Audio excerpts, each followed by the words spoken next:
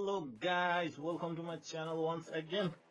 आज फेरि म तपाईहरुलाई घुमाउनको लागि मकाउको एउटा नयाँ ठाउँमा लिएर आएको छु।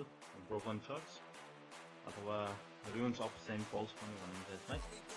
चाइनिजमा भन्नु पर्दाखेरि ताइसाम्पा पाइपोङ अथवा तासाम्पा पाइपोङ पनि भनिन्छ।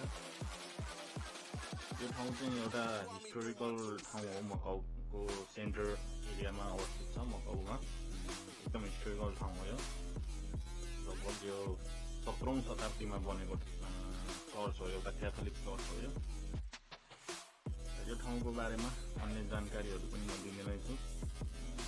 अहिले चाहिँ एकदमै घाम चर्को लागिरहेछ हैन। त्यही भएर भ्यू पनि इन्जोय गर्नुस्, सँगसँगै जानकारी पनि दिनेछु म यो ठाउँको बारेमा।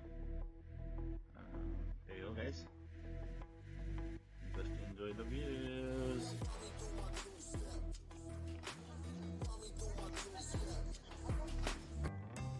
Okay, 17th century ताका यो चाहिँ 1602 देखि 1614 सम्ममा जेसुट पादरीहरूले चाहिँ जो क्याथोलिजम फैलाउन भनेर संसारभर फैलाउन भनेर हिँडेका थिए, उनीहरूले चाहिँ यो निर्माण गरेका थिए, जसमा पछि जापानिज क्याथोलिकहरूलाई पनि प्रयोग गरिएको थियो यो निर्माण गर्नको लागि चाहिँ। र एसियाकै ठूलो चर्चको रूपमा चिनिन्थ्यो यो चर्च। र 1835 जनवरी 26 को दिन आएको हावाहुरीको कारणले चाहिँ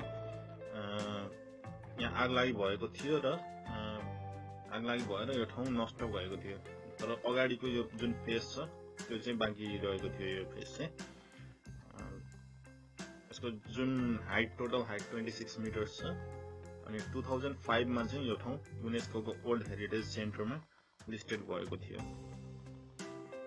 र मकाउको one of the best tourist attraction point हो यो चाहिँ ताइसाम्पा पाइपोङ ruins of Saint Paul's. One of the best tourist attraction point.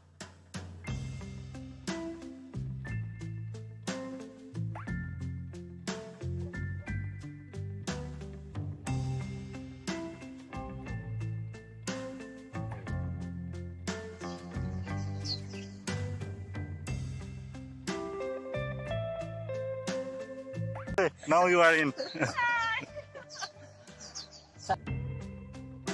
Okay guys, that's all for today.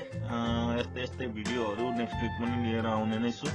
हजुरहरूलाई मेरो भिडियो कस्तो लाग्यो कृपया कमेन्ट गरिदिनु होला। तलपट्टि कमेन्ट बक्समा कमेन्ट गरिदिनु होला के कस्तो लागिरहेछ अहिलेसम्मको भिडियोहरू। र यस्तै नयाँ भिडियोहरू अरू पनि लिएर आउने नै छु म। त्यसको लागि तपाईले सब्स्क्राइब बटन दबाउनु पर्ने हुन्छ तल